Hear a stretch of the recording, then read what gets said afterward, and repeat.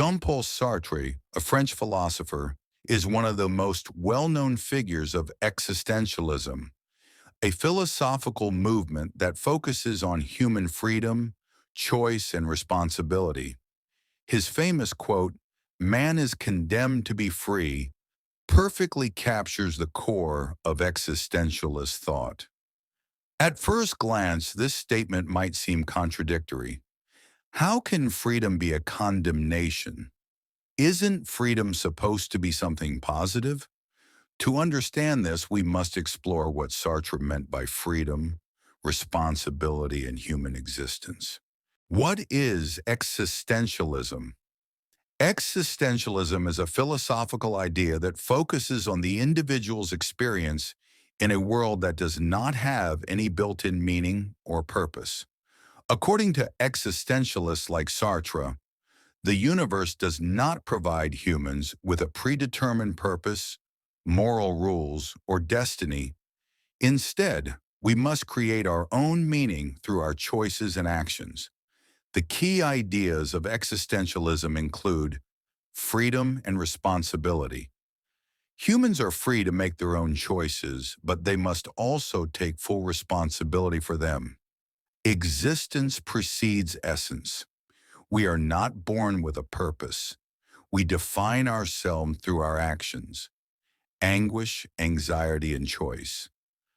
Because we are responsible for shaping our lives, we often feel anxiety about making the right choices. Bad faith. Many people try to escape their responsibility by blaming society, religion, or fate instead of accepting their freedom. Breaking down the quote, "Man is condemned to be free."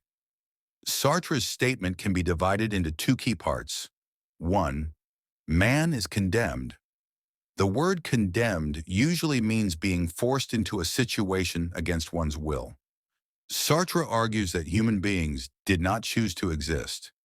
We simply find ourselves alive, thrown into a world that does not provide clear instructions or a built-in purpose. This means we are forced to figure out our own path and take responsibility for it. 2. To be free. Sartre says that because there is no God, fate, or predetermined destiny, we are completely free to shape our lives. However, this freedom is not always pleasant. It comes with the burden of responsibility.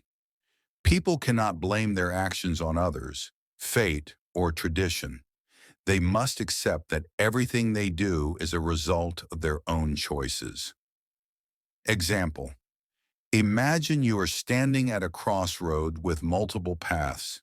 You can go left, right, or straight ahead. No one is telling you what to do. You must decide for yourself. This total responsibility for your own future can feel overwhelming, which is why Sartre calls it a condemnation. Real-life examples of Sartre's existentialism on recent politics, Ukraine war and world leaders' choices. In 2022, the Russian invasion of Ukraine forced world leaders to make difficult moral and political choices. No universal rule dictated how they should respond. Each leader had to take responsibility for their decisions. Ukraine's President Volodymyr Zelensky chose to stay in Kiev and resist, even though he could have escaped. This was a conscious choice that shaped the future of Ukraine. Western nations had to decide whether to support Ukraine militarily or stay neutral. Each country's decision reflected its values and priorities, demonstrating existentialist responsibility. 2. Historical example. Adolf Eichmann and the "I was just following orders." Excuse Adolf Eichmann, a Nazi officer, was responsible for organizing the Holocaust. During his trial, he claimed he was just following orders. Sartre would argue that Eichmann was in bad faith. He was refusing to take responsibility for his actions and blaming external forces, the Nazi regime. Existentialism teaches that even in extreme situations, we always have the ability to choose. Eichmann chose to participate in genocide and was responsible for it. Third personal example, career choices. Let's say a person has a passion for art, but is pressured by their family to become a doctor. If they follow their family's wishes and become a doctor while secretly hating it, they are living in bad faith, pretending they have no choice. If they choose to pursue art despite the risks, they are embracing existentialist freedom, taking full responsibility for their own life. Conclusion: the burden and power of freedom.